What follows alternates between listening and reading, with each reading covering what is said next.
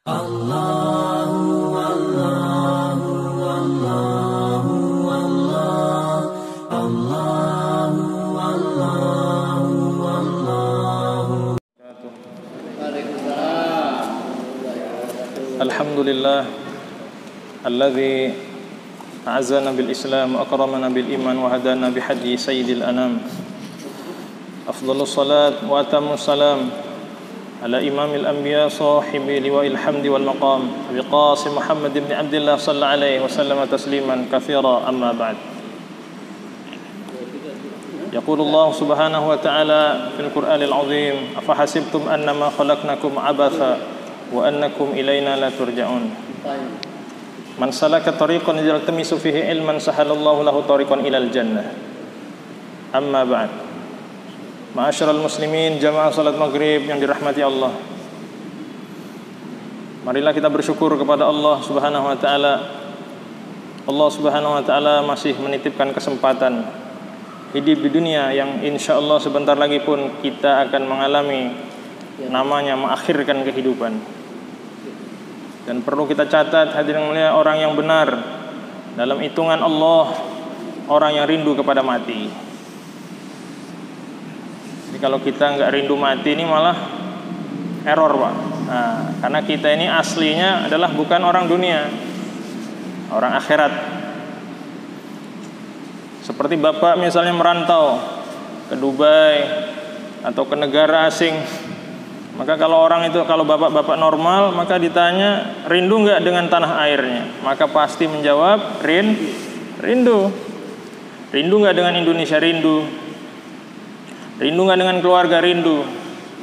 Begitu pula hadirin yang mulia, kalau kita ini manusia yang dikatakan al-kayyis, orang yang pintar, orang yang benar, yaitu orang yang rindu kepada kampung akhirat.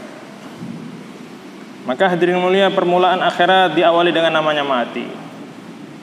Dan kita perlu fahami, Allah mengatakan innal maut tafirruna min fa innahu mulaqikum. Sesungguhnya kematian yang kalian takutkan, yang kalian khawatirkan, fa innahu mulaqikum, sesungguhnya ia akan datang kepada kalian sekonyong-konyong. Jadi dadaan, Pak. Enggak ngasih kabar. Ya kan? Walaupun memang ada sebagian orang-orang soleh ini ada kabar. Nanti malam, kayak saya punya kakek almarhum, ketika beliau mau pergi ke Mekah, pergi haji, maka dikumpulin keluarganya. Maka dia bilang, mungkin saya nggak pulang lagi, katanya. Maka salam, saya mau meninggal di sana. Betul, meninggalnya di sana, Pak.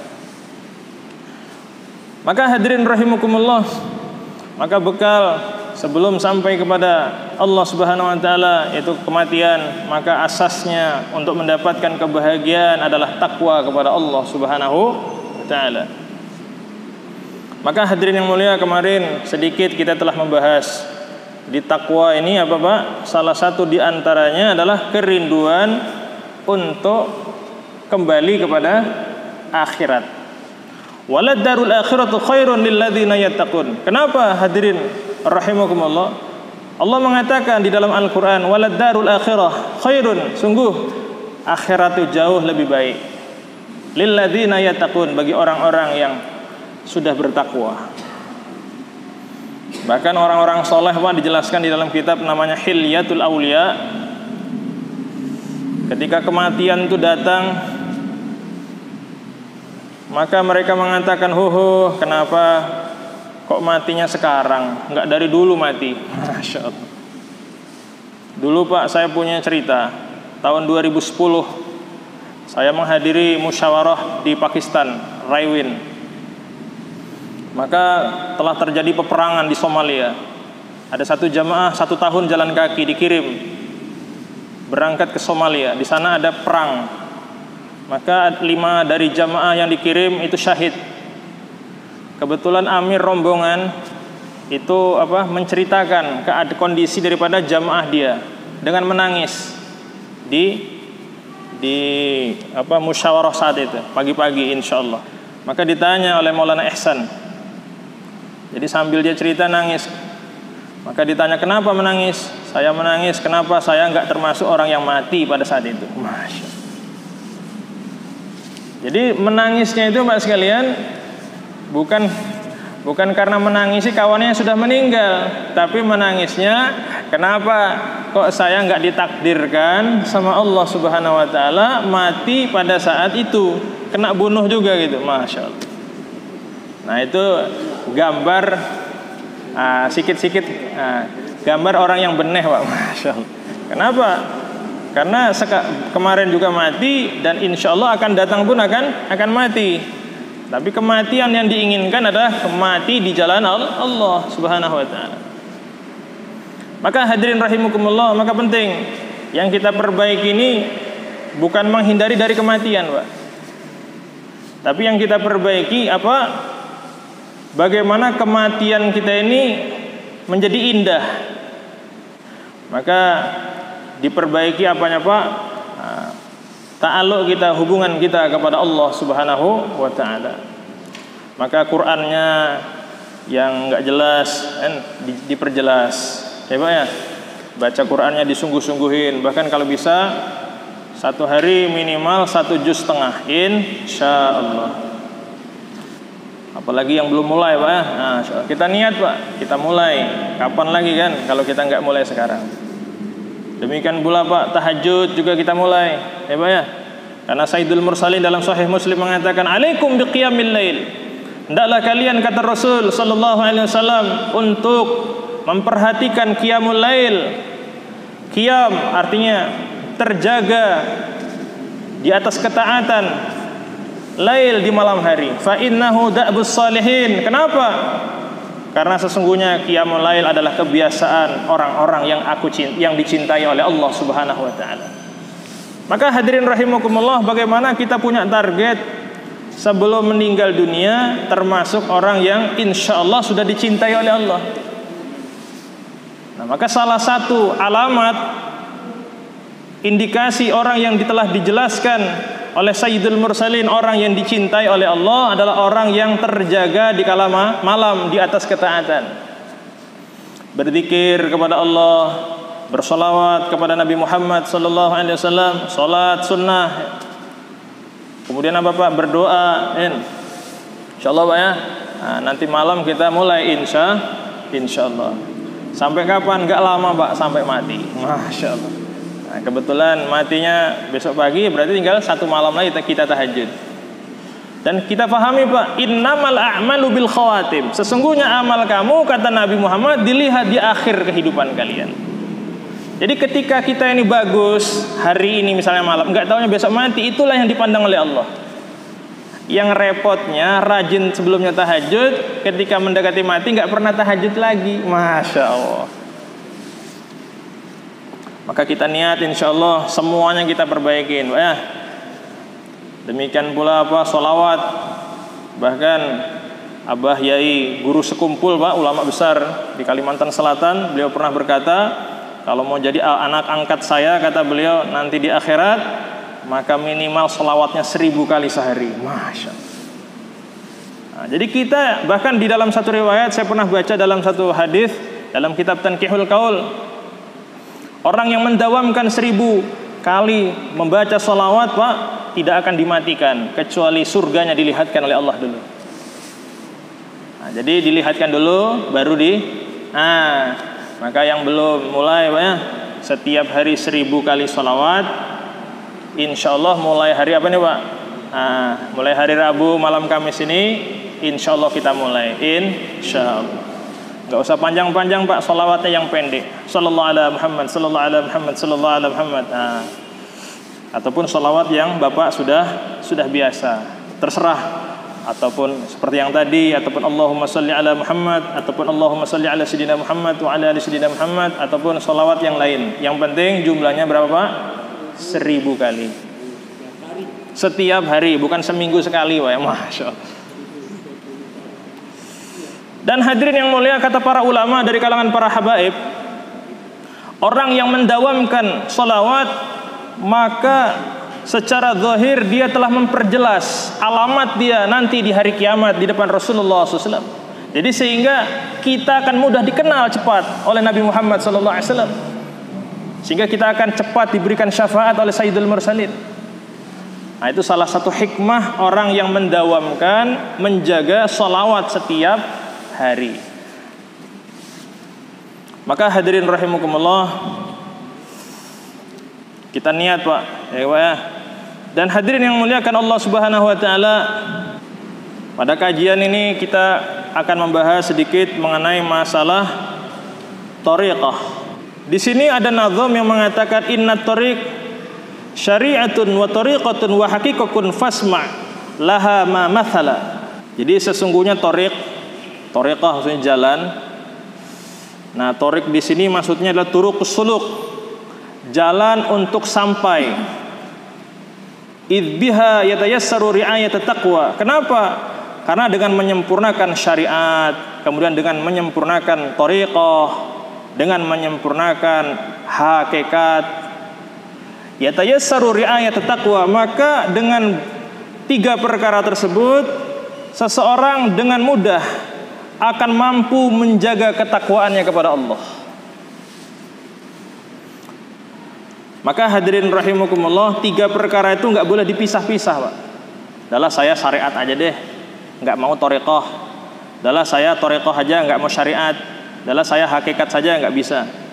Nggak mau 1-2, tetapi harus sempurna. Yang pertama, yang kedua, dan yang ketiga. Maka pada kajian ini sedikit kita akan menjelaskan sesuai dengan apa yang kita baca di dalam kitab namanya Kifayatul Atqiya. Maka hadirin rahimakumullah, labuda lisalik, wajib bagi orang yang suluk. Suluk ini artinya melangkah Pak. Thariqal akhirah, ke jalan akhirat, minal jam'i, untuk mengumpulkan baina hadhihi thalathah, di antara 3 perkara ini, wa adamat ta'til li syai'in minha, dan tidak boleh mengkosongkan, mengabaikan, li syai'in, bagi sesuatu dari 3 perkara tersebut. Jadi nggak boleh kita. Kenapa hadirin rahimakumullah? Li annal haqiqata bila syariah batil. Kenapa? Karena hakikat tanpa didasari dengan syariat namanya batil. Contoh, gimana kalau orang mengedepankan hakikat tetapi tidak syariat? Contoh, bapak ngajak orang sholat, ayo Kang sholat, maka kata dia, ngapain sholat? Toh kalau saya ditakdirin nanti masuk sorga, pasti masuk sorga, walaupun saya nggak sholat. Toh juga kalau memang ditakdirin masuk neraka, saya pun pasti ke neraka, walaupun kayak kamu orang yang sholat. Paham ya? Nah ini namanya itu dia, hati dia itu artinya lisannya lah katakan. Lisannya bicaranya hakikat ataupun mengedepankan hakikat, tetapi tidak mendasari kehidupannya dengan syariah, dengan syariat. Paham ya? Idh kunta sa'idan dakhaltal jannah wa illam usalli. Wa in kuntu sa'idan dakhaltul jannah wa illam usalli wa illa dakhaltun nara. Jadi seperti itu. Jika aku ditakdirkan sa'id, bahagia, saya pasti akan masuk surga walaupun wa in lam usalli, walaupun enggak sholat. Nah, ini namanya batil. Paham ya? Nah. Makanya kan ada sebagian orang thariqah enggak tahu thariqahnya siapa mursyidnya itu. Itu yang masih sholat di masjid itu baru kulitnya, masya Allah. Ya Pak ya, pernah dengar Pak ya? Mungkin ya, artinya walaupun nggak pernah jumpa orangnya, ada seriwing-seriwing Pak ya, suara-suara seperti itu. Maka hadirin rahimakumullah, itu namanya batil. Kemudian yang kedua apa? Man ya'mal li ajlil jannah. Kemudian yang kedua, seseorang yang beramal untuk mendapatkan surga. Nah ini juga nggak boleh Pak, masya Allah. Ini kita sudah sampai kepada bab thariqah. Wa yaqul, dan dia berkata, laula amali, seandainya aku tidak beramal, lima dakhaltuha, bagaimana aku bisa masuk surga? Wa hadhihi syariah, maka syariat yang seperti ini adalah atil, sia-sia. Makanya kami bilang kemarin, ketika kita beramal Pak, harus ada sifat. Maksudnya di dalam amal itu ada sifat, seperti garam. Garam itu dikatakan garam karena ada sifat yang bersatu dalam dalam benda itu. Salah satu sifatnya asin. Jadi kalau ada garam rasanya manis, namanya garam palsu. Begitu pula setiap amal Pak, itu ada sifat yang harus bersatu di dalam amal itu. Pertama apa? Iman. Jadi seseorang beramal berangkat karena imanan. Apa tuh iman? Karena perintah Allah. Loh kok jenengan sholat? Ya ini karena perintah. Nah, jadi karena apa Pak? Perintah.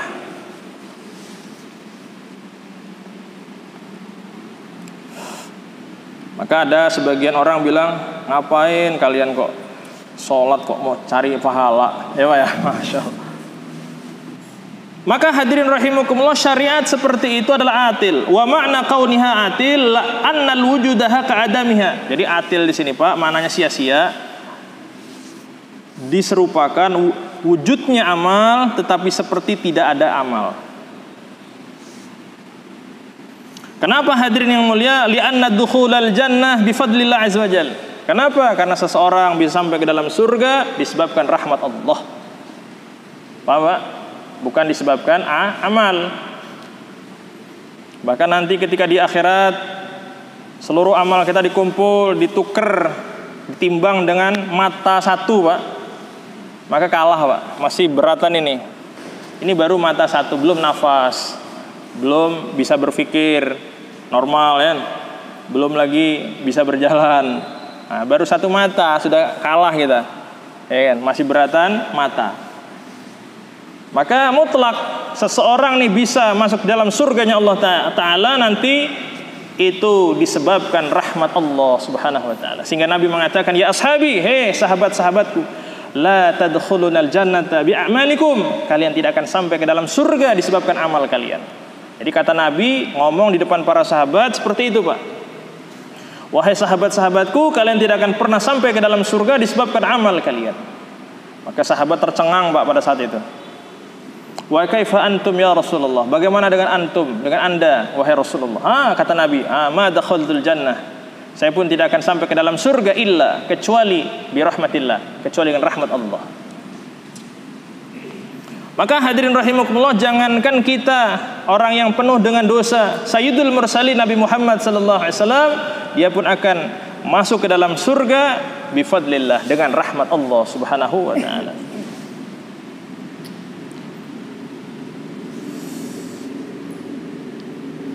Maka kita nggak perlu sombong yang sudah amal Pak ya, yang sudah rajin sholat, alhamdulillah sudah bagus. Bagaimana kita pikir bagaimana yang sudah rajin ini bisa istiqomah. Karena khawatir tahun 99 Pak, saya pernah dulu ke Jember gara-gara ninja Pak, pernah ya? Kasus ninja Banyuwangi, pernah dengar Pak? Banyak ulama dibunuhin katanya. Tahun 99 itu saya khuruj keluar 40 hari bersama kawan-kawan Temboro. Kebetulan saya masih saat itu belajar di Temboro. Itu ndak ada yang sholat, seluruh masjid kosong Pak, karena takut mati.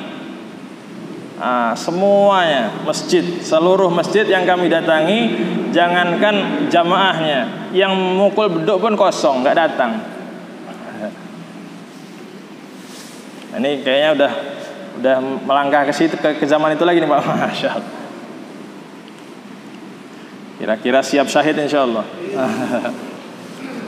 Rasulullah sallallahu alaihi wasallam mengatakan, la tatamannau liqa'al adu. Janganlah kalian bertamanna, berharap untuk menjumpai musuh kalian.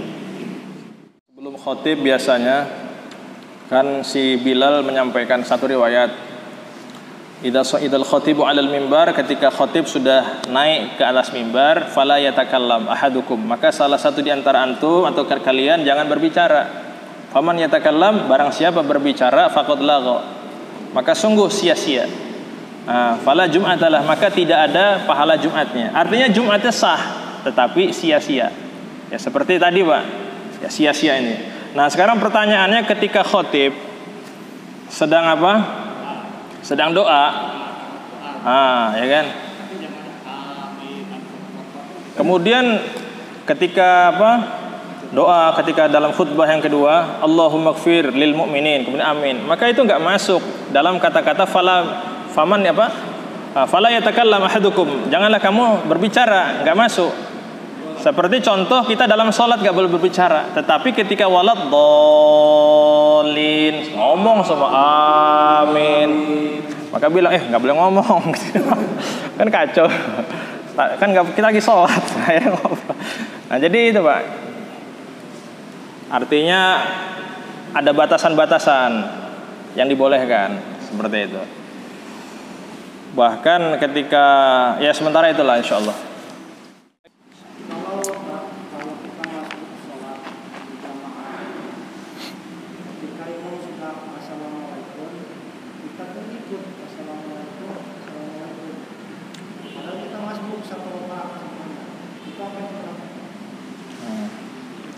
Nah sekarang kita masbuk Pak ya. Kemudian pas imam salam, kemudian ikut salam. Nah ketika salam kedua kita ingat langsung berdiri aja. Tapi kalau sudah sampai duduknya, apalagi sudah zikir ya kita ulangi lagi sholatnya. Tapi kalau kita masih di dalam ini misalkan atahiyat nih, atahiyat akhir kan, lupa ya, assalamualaikum ngikutin. Pas ingat langsung berdiri. Terus nyempurnain aja. Nah itu. Tetapi kalau sudah sampai duduk begini itu nggak bisa lagi. Nah, jadi langsung kalau kita ingat. Nah kalau kita dilalah astagfirullah sudah zikir, nah itu ngulang dari awal, dari niat dari awal lagi. Seperti itu Pak. Ada lagi Pak, silakan. Monggo Pak. Yang pertama tingkatan yang paling luar biasa tingginya, yaitu seseorang beramal bukan karena hajat, bukan karena pahala, tetapi mutlak karena ingin memperbaiki hubungannya dengan Allah. Jadi nggak ada apa-apa. Terserah saya nanti di akhirat direbus kah, ataupun dimasukkan ke dalam surga. Pokoknya terserah, yang penting saya berusaha memperbaiki, terus diperbaikin hubungannya kepada Allah. Ini yang paling tinggi. Paham ya? Kemudian yang kedua, artinya masih dihisab, dihitung ikhlas. Ini dijelaskan dalam kitab ini, Babul Ikhlas. Yaitu seseorang beramal karena fadilah. Misalnya dia sholat Jumat, kebetulan sholat berjamaahnya hanya Jumat, tapi mendengar dalam khotib keistimewaan sholat berjamaah, maka akhirnya terdorong dia. Maka ditanya sama Pak Haji Abu Bakar misalnya, oh kamu tumben, alhamdulillah dalam beberapa hari ini rajin di masjid. Iya Pak, kemarin khutbah saya dengar kalau sholat berjamaah itu lebih baik daripada sholat sendirian. Maka saya terdorong itu. Maka itu termasuk juga ikhlas. Paham ya? Jadi jangan langsung Bapak tembak, wah kamu ini nggak ikhlas. Jangan, itu juga termasuk minal mukhlisin, termasuk sebagian daripada kalangan mukhlis, orang yang ikhlas. Nah yang ketiga itu hadirin mulia? Orang yang beramal karena apa? Karena ada hajat. Misalnya contoh, ada orang kan nggak pernah sholat, ataupun nggak pernah sholat berjamaah lah katakan. Kalau nggak pernah sholat itu kan parah. Datang dia berobat, misalnya istrinya sakit, atau kata Pak Kiainya itu gampang ini ngobatinnya, saya ada obatnya, tapi syaratnya harus jaga sholat jamaah 4 bulan. Masya Allah. Nah, maka dia tertarik Pak dengan menjaga 4 bulannya tadi, berjamaahnya tadi. Akhirnya dia jaga sholat berjamaah. Tujuannya apa? Supaya Allah Ta'ala sembuhkan dia punya istri. Maka itu juga termasuk Kenapa yang dituju Allah Subhanahu wa Ta'ala. Paham ya? Tetapi hadirin yang mulia, di dalam kajian bab ini al-haqiqah, ilmu hakikat adalah tarku mulahidatil thawabil amal. Jadi ilmu yang membahas tentang hakikat adalah ilmu yang mengajak untuk meninggalkan, untuk melirik kepada pahala amal, bukan ninggalin amal. Paham ya? Jadi seperti itu. Jadi artinya walaupun pahalanya gimana, hanya tujuannya takarrub kepada Allah Subhanahu wa Ta'ala. Jadi seperti itu. Wa qala Sayyidina Ali bin Abi Thalib radhiyallahu an, beliau mengatakan man dhanna annahu bidunil juhdi yasiru ilal jannah fahuwa mutammanun. Jadi kata beliau Sayyidina Ali, barang siapa berprasangka bahwasannya tanpa usaha dia akan sampai ke dalam surga, sungguh ia orang yang sedang melamun. Paham ya? Di orang yang menyangka tanpa dia beramal maka dia akan ke surga, sungguh dia telah melamun. Wa man dhanna annahu bibadil juhli yasilu ila jannah fahuwa mustahidun. Dan seseorang yang menyangka dengan usahanya ia akan masuk dalam surga, sesungguhnya ia tertipu. Masya Allah. Sedikit Pak, ada titipan dari guru kami, amalan boleh disampaikan kepada seluruh kaum muslimin. Ini namanya amalan ini asma namanya asma perisai, boleh diamalkan, dibaca, mungkin sudah hafal semua, tinggal diamalkan.